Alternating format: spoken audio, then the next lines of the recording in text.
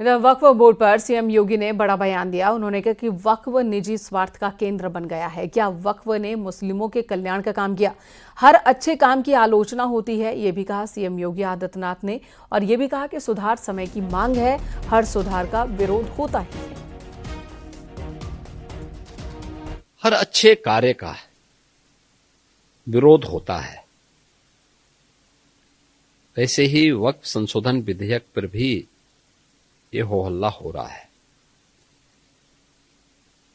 लेकिन मैं कहता हूं, जो हो हल्ला कर रहे हैं, इनसे पूछना चाहता हूं कि इन्होंने कोई ऐसा काम वक्फ बोर्ड के माध्यम से किया हो जो वेलफेयर का हो।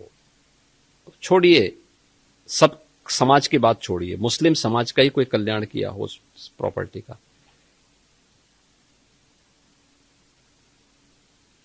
ये व्यक्तिगत स्वार्थ का ये अड्डे बने हुए हैं। चंद लोगों के लिए लूट खसोट के अड्डे बने हुए हैं।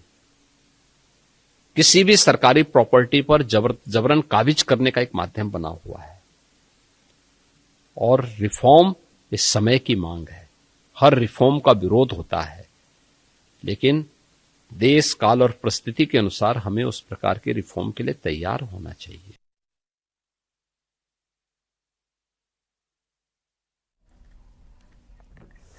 कुछ और खबरों का रुख कर लेते हैं। अमरोहा से खबर, जहां पर तेंदुआ दिखने से हड़कंप मच गया। नौगांवा सादात थाना क्षेत्र में तेंदुआ नजर आया। गांव के बाहरी हिस्से में स्थित एक मकान के पास तेंदुआ बैठा था। लोगों का कहना है कि अलीपुर कला के जंगल में तेंदुए की मौजूदगी कोई नई बात नहीं है। कई वर्षों से इस इलाके में तेंदुओं का आना जाना लगा हुआ है, लेकिन इस बार गांव में इतने करीब तेंदुआ दिखा कि लोग डरे हुए हैं। ग्रामीणों ने वन विभाग को इसकी सूचना दी और तेंदुए को पकड़ने की मांग की।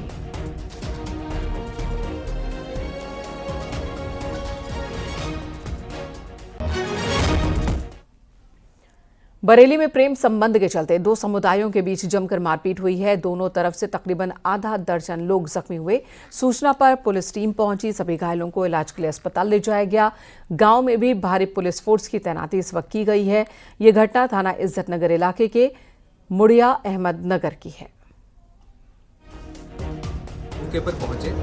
मौके पर पहुंचने पर यह पाया गया है कि दो पक्ष, जिनमें पहले एक प्रेम प्रसंग को लेकर कसीदगी थी, उसी में ये दोनों पक्ष आपस में झगड़े, जिसमें कि एक पक्ष से 4 लोगों के चोट आई है और दूसरे पक्ष में एक व्यक्ति के चोट आई है। इसमें एक ये अफवाह उड़ाई गई थी कि फायरिंग की घटना हुई है और गोली लगी है कुछ लोगों को। ये सरासर गलत है।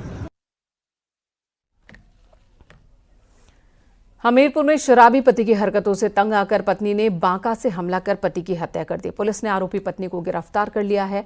उसने अपना जुर्म कबूल भी किया है। पुलिस ने उसके खिलाफ मुकदमा दर्ज कर लिया है। बेटे ने थाने में पिता की हत्या किए जाने की जानकारी दी थी, जिसके बाद पुलिस घर पहुंची। घर के अंदर बेड पर शव था जो लहूलुहान था। उसकी पत्नी के चेहरे पर भी खून के छींटे थे। पुलिस ने महिला को गिरफ्तार किया। पूछताछ में उसने बताया कि उसका पति अक्सर उसे परेशान किया करता था, शराब के नशे में रहता था, मारपीट करता था।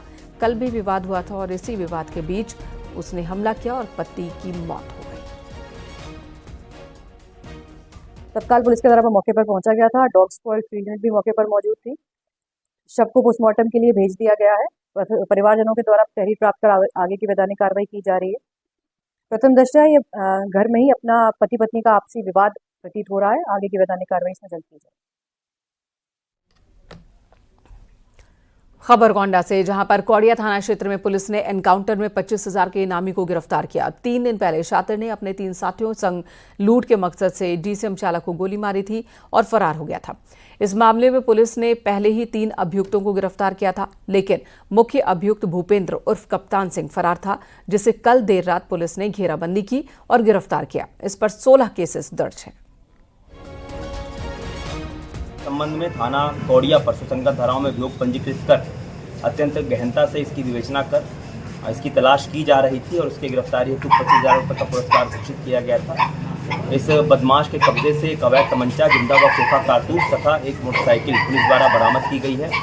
इसके ऊपर पूर्व में भी कई आपराधिक मुकदमे गंभीर धाराओं में मारपीट, हत्या के प्रयास आदि में करीब 16 मुकदमे पूर्व में भी दर्ज हैं।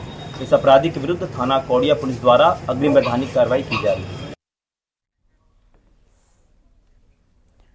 और अगली खबर ललितपुर से, जहां बड़े भाई पर छोटे भाई की हत्या का आरोप लगा है। घटना की सूचना पर पहुंची पुलिस ने शव को कब्जे में लेकर पोस्टमार्टम के लिए भेजा।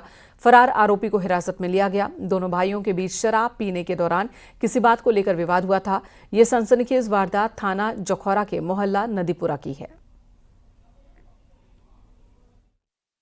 बड़े भाई पुरनोधी के द्वारा शराब के नशे में पत्थर से पटक कर हत्या कर दी।